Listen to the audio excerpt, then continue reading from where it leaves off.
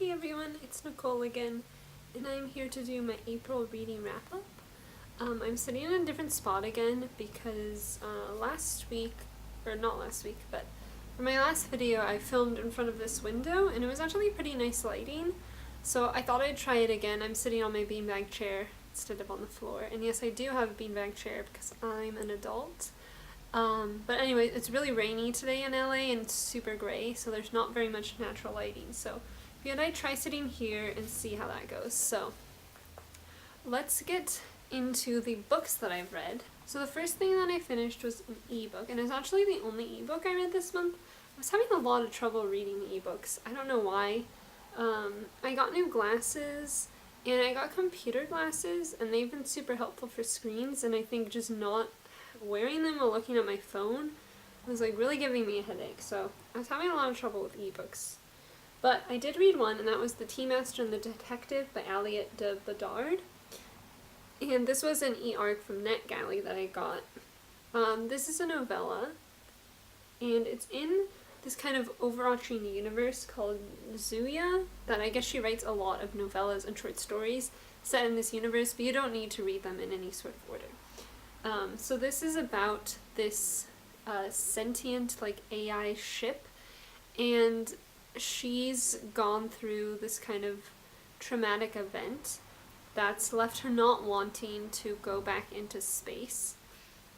And so she runs this tea brewing company, but tea is like a different sort of thing. It's basically sort of like a drug. I mean, it is tea, but you can put like drugs in it or things to help you like go into certain spaces. So she's become a tea master, and then this woman approaches her as a detective, hence the title, and she asks her to go into space with her to solve this mystery. So it was pretty fun. I feel like I didn't feel like I was missing out on it much of the world, having not read anything else in the universe. She was pretty good at developing the world, and it was pretty interesting, and I would definitely want to check out more. I did think it was like really a unique idea, just having like a ship as a character, and I do know that there's like other sci-fi books that do that, but I haven't read anything that does. So that was the first thing that I read this month, and I enjoyed that. And then I finished Barberie Station by R.E. Stearns, and I was super excited for this book because it was pitched as like lesbian space pirates, and I was like, that sounds like everything I want. I got it for Christmas, and then I read part of this in March, but I didn't end up finishing it until April. And it definitely was not as good as I hoped it would be. The writing style was just really rough. It was really hard to read. The perspectives, well, it was in third person, but it was following these two main characters, and I feel like it should have just picked one of them because it kept saying she thought this and then she thought this, but it was like talking about two different she's, and it was really confusing. I honestly would have preferred two like different chapter POVs, which I'm normally not into. But this is about these two women who are dating. They're both engineers, just got out of school, and they're having a lot of trouble finding jobs, so they decide to meet up with one of the girls' brothers to join the space pirates. But there's been an issue with the artificial intelligence on that station, and for some reason, like, I don't think I read the synopsis, I guess, but I did know it was about an AI who is doing weird things. Because I'm kind of tired of that storyline. I feel like there's so many stories about AIs that go wrong or go evil. One of the characters, she was like really sympathetic to artificial intelligences, and she like wanted to learn more about them, but that was definitely like seen as a weakness by the other characters. I'm pretty sure this is her first book, and I feel like I would check out the next one because apparently there's going to be another one in the series, but I definitely feel like the writing really brought it down, and I wanted to finish it so I could finish it, but it was pretty hard to get through. So that's that one. Fortunately, didn't like it as much as I thought I would. But I'm happy that there are, like, pretty big, maybe, I don't know how big this book is, but like sci-fi books coming out with female-female relationships. Oh, another thing that bothered me about this, which I think is a personal preference, but I don't think I like reading about people who are in established relationships. I don't really like romance. I'm not a super romantic person, and anytime I do like romance, it's like the sexual tension and like the flirtations before anything happens. And since they're already in relationship in this book, it was just like they were cuddling and like kissing and holding hands, and I don't know, I just found that kind of boring, but I think that's just me, and I'm sure there's other people that like reading about people who are already in relationships, but yeah, as a person who's not super into romance, even the romance part wasn't best for me. So yeah, I don't remember what I gave this. I think I gave it 2.5 stars. Let's see, what did I read next? Oh, I have to go get this one, hold on. But that is Dalston Monsters by Dilraj Mann. And this is very beautiful. And it was the newest, I think, Comics Experience graphic novel of the month book club book.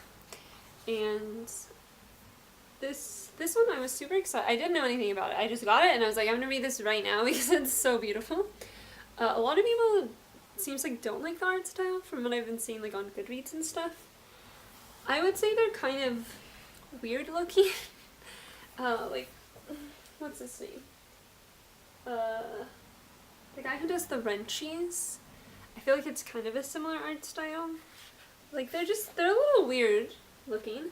I don't know if you can see it. But I definitely like it, and it's super colorful. So this is about these teenagers. This guy, I forgot everyone's name. This guy and then his friend, and there are monsters everywhere, and it's set in London, I believe. Or it could just be, yeah, Dalston, I think, is a neighborhood of London. I don't really know London geography. But there's monsters everywhere, and they're very, like, cutesy looking, but that's just, like, they're already there, and that's happening. And there's, like, different gangs, and they, like, ride monsters. That's, like, a thing that, like, teens do. And then they meet up with this girl, who was, like, such a manic pixie dream girl. It was, like, really annoying. This girl on the cover. And she was, like, involved, she, like, had this monster she rode, and she was involved in this, like, conspiracy, and she, like, pulled them in, and then they, like, had to save her. And I was super excited for this. The art was beautiful, like, over 5 stars for the art. It's, like, super my thing. But the story was just a little lacking for me. It is pretty short, and I do know that he had published another one like before this, but I think it was like self-published or at least indie published.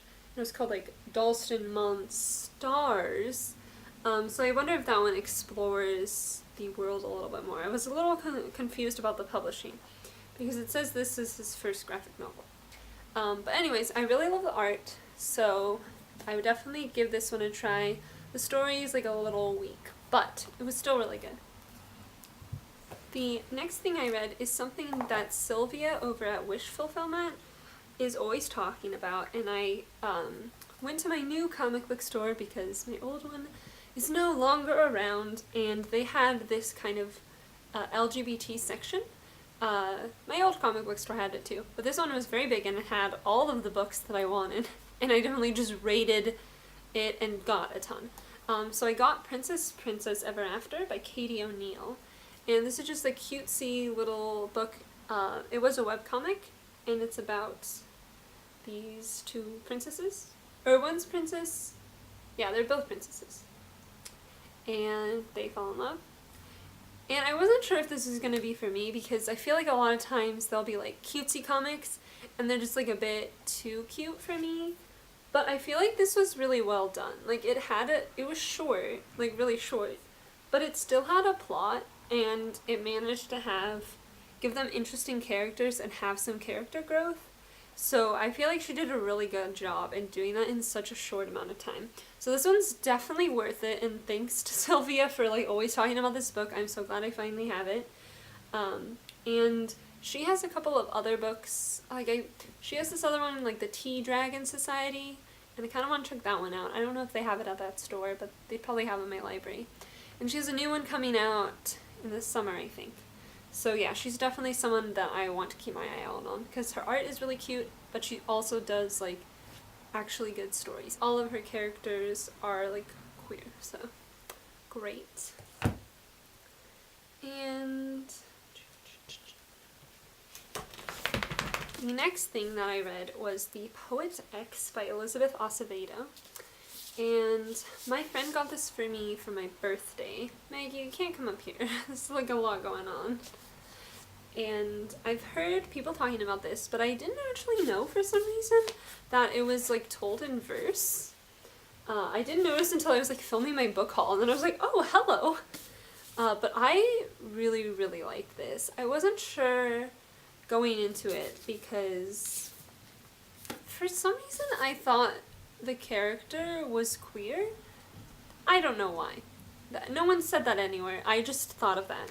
And there was like a lot of like, there was some like teen drama going on, but it was so good, and I definitely cried at the end. I read this in like one sitting.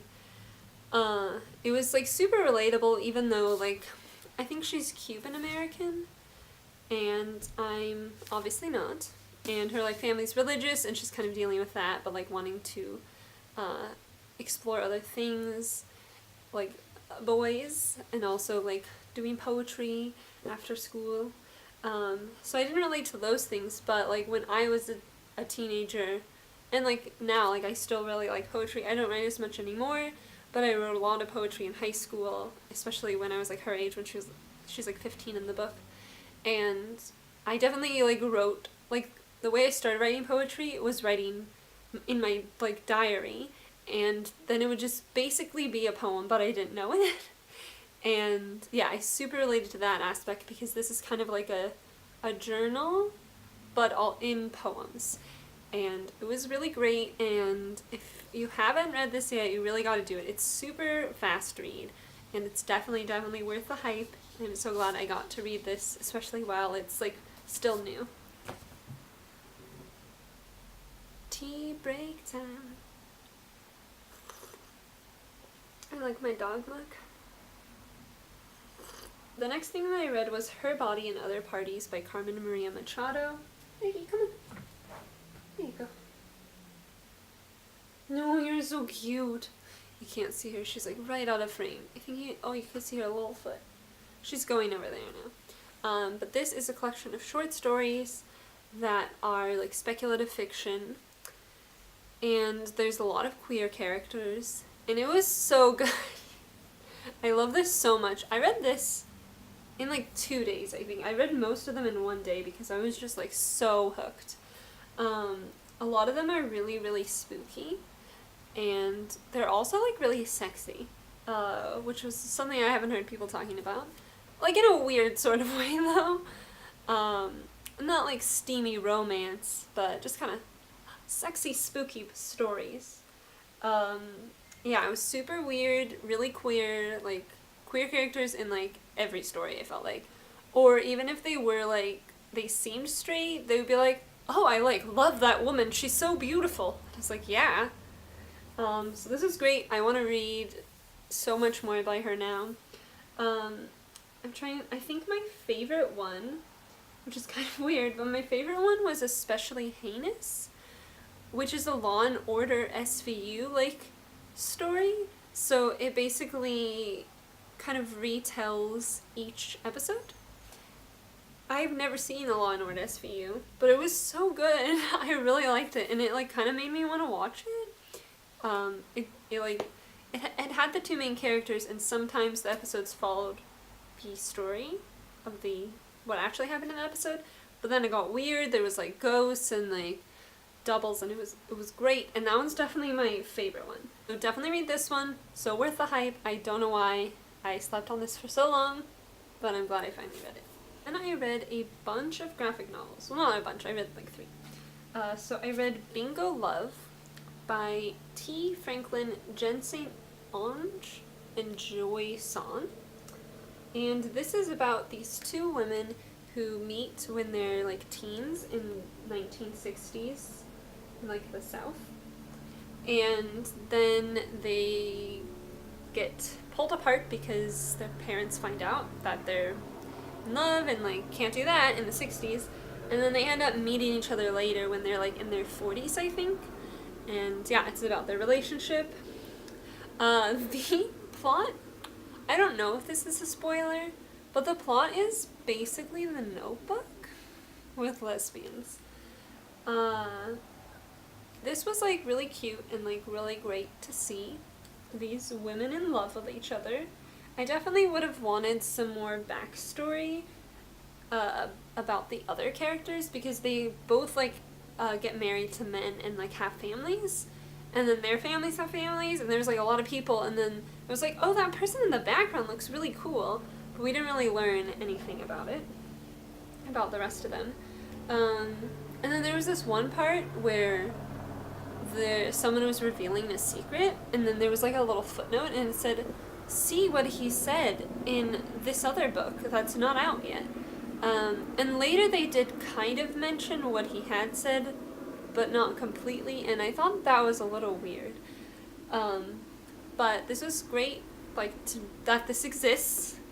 I did feel like it was 1960s, and there was, like, issues about being a lesbian, but also they're two black women, and I'm pretty sure they lived in the South, and they didn't really mention that aspect at all, which I thought was a little odd. But maybe they weren't in the South and I was just mistaken. But, I mean, being black in America in the 60s, in most parts of the country, it's not the best time. So, yeah. I just feel like it could have explored a little more, but I'm pretty sure this was, like, indie published, and then it was picked up by Image. So, right. And then I read Harrow County Volume 6, Hedge Magic. And this is the 6th volume, so I can't particularly talk too much about what's happening, but this is one of my favorite series that's on right now.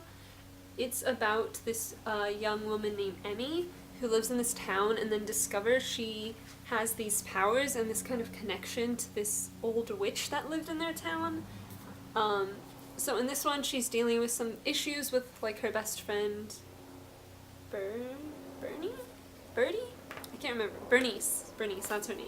Yeah, so dealing with some friendship issues. Yeah, this is definitely my favorite series. Well, I don't know if I can say favorite because Saga's still going on. But my favorite series that I've been getting paperbacks of. I'll say that. I think I can say that.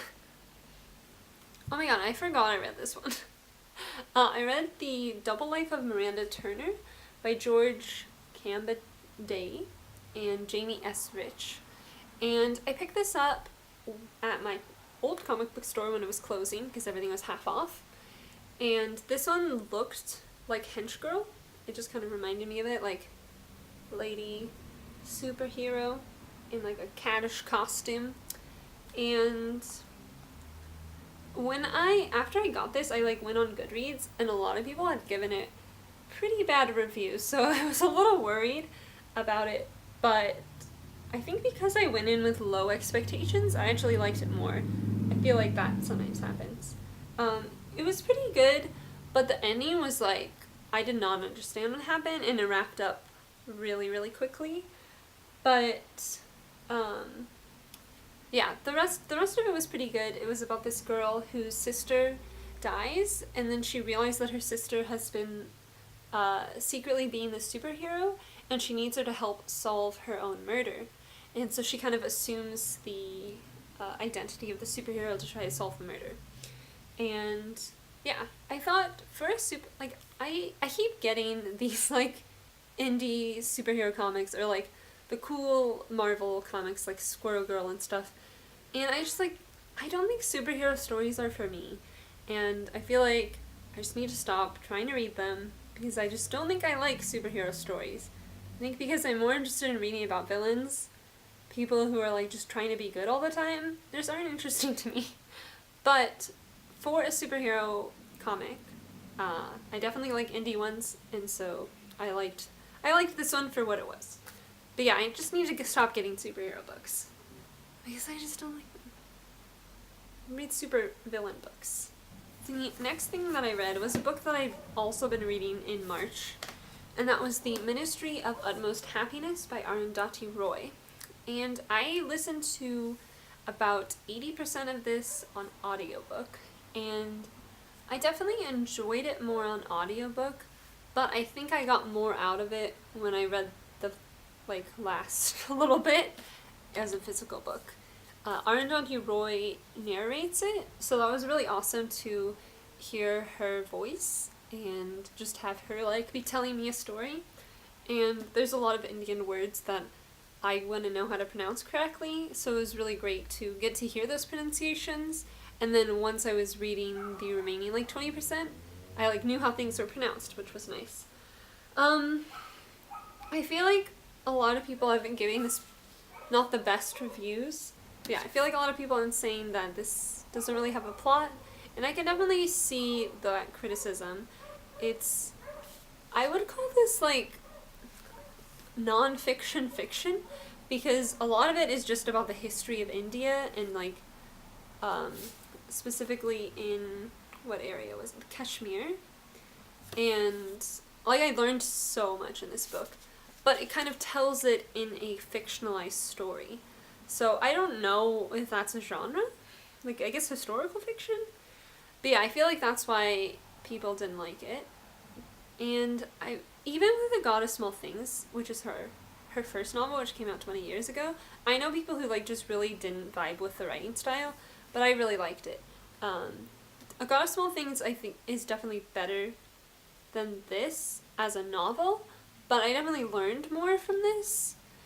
But I don't know if that was her intention, as this is a work of fiction, not non-fiction. But if you do want to learn more about India and about Kashmir, I would definitely check this out. And I know she has a ton of non-fiction books. In the 20 years since she published A God of Small Things and this, she's just been writing a ton of non-fiction and getting involved with politics and stuff. So I definitely want to check out some of her non-fiction and see how that is, because I feel like I kind of got a sense of her non-fiction writing style in here. But yeah, I still really like Arundhati Roy. She's an awesome person, and yeah. And the next thing that I read, also something I noticed was that I read all the novels that I read, not counting graphic novels, were all by women, so that's cool. Just an accident. But the next thing I read was Future Home of the Living God by Louise Erdrich, and I did not like this book. I just got this for my birthday, and I didn't like it. I feel like I should have looked into it, because a lot of people were comparing it to The Handmaid's Tale, which I didn't like. So, obviously, not gonna like a book that's based on a book that I didn't like. Yeah, my main problem with this was that I just really disliked the main character. She was really passive, and she just kind of let things happen to her, and she never made any decisions. The only decision she made was to keep her baby. So in this world, all babies, evolution is going backwards, and so babies are being born really big and they look like cavemen, and a lot of them are dying, and women are dying, or women aren't able to get pregnant. And so she finds out she's pregnant, which, slight spoiler, she lied about using birth control, and that's how she got pregnant. So don't do that to people. It's shitty. Sex is two people, and you guys gotta both tell the truth about birth control and protection. And yeah, that just made me really mad.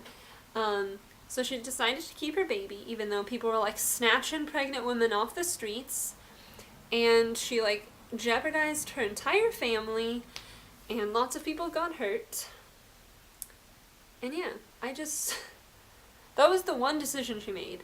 Everything else was just her sitting there complaining, or being dumb, just doing dumb things, oh, I'm just gonna walk by this window, no one will see me here.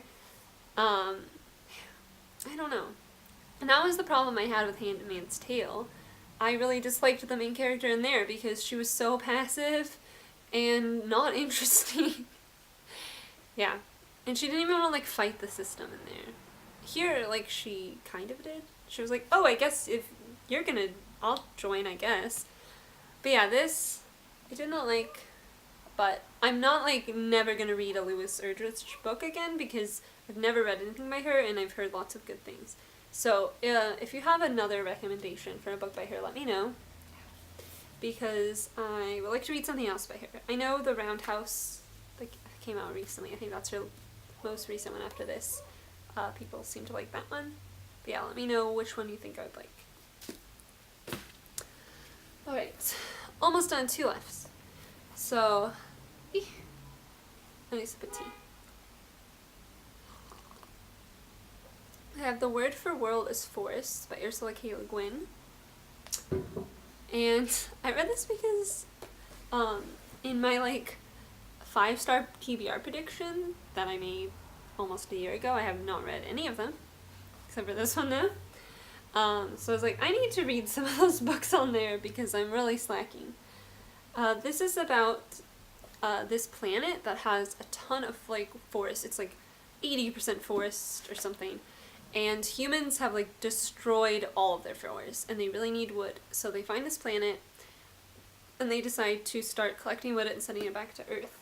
And there's these creatures that live there, or not creatures, they consider themselves human as well, that are kind of, they're like small green monkeys, that's how they describe them, called the Athshians. And humans have decided that they are not sentient, that they're just animals, and they kind of force them into slave labor to cut these trees. But they're actually quite sentient and way smarter than humans, and they don't really like that these humans are coming in and destroying their planet. And the humans also are being really shitty by killing some of them. Well, first they're enslaving them, killing some of them, and raping them. And in their culture, they don't know, like, they don't kill each other. They kill other animals for food, and sometimes they'll be like someone who goes a little crazy and like he'll try to kill someone, but they don't like no murder. And they think that these humans are men and they're men, but if the men are killing other men, then they must not be men. And it's just kind of about humanity and how it comes to this world and just ruins it. And it's definitely a very similar plot to Avatar, but done way better. I didn't give this 5 stars. Spoiler, I guess, for whenever I wrap up all of those. But I'd give it 4. It was like a strong 4. I feel like it was a little dated. There was a little bit of like, oh, these mystical natives, they don't know violence. But she did do it pretty respectfully. So, pretty good, and I just want to read more as K. Le Guin, because this is only the second being of hers that I've read, so I need to read more. I should probably read Earthsea, because I know that's everyone's favorite. Alright, and then the last book that I read, I finished yesterday, and that's Space Opera by Catherynne and Valente, and this is very, very shiny. This is her new book that just came out in April, and I've seen it described as like Eurovision in space, or like Eurovision meets Hitchhiker's Guide to the Galaxy. And that's like exactly what it is. So like these aliens come to Earth and they say, hey, we've developed this contest to determine if a race on Earth is sentient or not. Honestly, kind of similar to like, not similar, but with similar ideas to the last book that I talked about. Okay, so they decide, we have this contest, send someone to perform a song, and if you don't lose the contest, then you're sentient, hooray, you can like join our group. But if you lose, then we destroy your whole planet. And yeah, honestly it's kind of similar to, there's a Rick and Morty episode where they have to sing a song, but that's for like a reality TV show. But if they lose, then they like destroy the planet, and that's where that Get Swifty song is from. This does pretty much exactly what it says, and she has a lot of really cool aliens. I just feel like it was a bit weirdly paced. It was very slow, and then the actual performance took like 20 minutes, or 20 pages. It was like so fast. But I know this is like pretty different than most of her other books. And I feel like it was really ambitious. Could have been really bad, but I think she did mostly pull it off. There was just some things that could have been tightened up.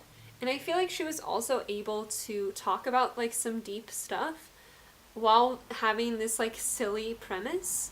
The two people that are like sent up to reform, one of them, he's Pakistani, British Pakistani, and the other one, the other guy is, I can't remember, I think he's like a Turkish, I think, and yeah, they kind of talk about some stuff that, this is set like kind of in the future, so they kind of talk a little bit about some racial tensions going on in the UK. Yeah, and I thought they handled that pretty well, and also like everyone's bisexual, or pansexual, or everything sexual. There's alien sex, that's what I'm saying, and it's pretty fun. So yeah, this was pretty fun. I feel like it could have been a little better, but, so if you've never read Catherynne and Valente, don't start here, but a great addition to her works, because she's amazing and she can do anything, and I'll read anything she writes. And I think that's all the books. I mean, that was a lot. Yeah, those are all the books that I read in the month of April. I'm sure this video is going to be so long. It was just spilled tea everywhere. Yeah, I'm sure I'm going to hate myself for this long video. But I read a lot of books this month, and I'm hoping to continue that into May. Yeah. But anyways, thanks for watching this. I'm sure it's really long, and I'm sorry about that. Let me know what you read in the month of April. Let me know if you read any of those. I actually read a lot of kind of newer releases, so that's cool. I've been trying to read more new releases, like while they're actually out, so I can join the conversation. But yeah, thanks for watching, and I'll see y'all soon. Bye!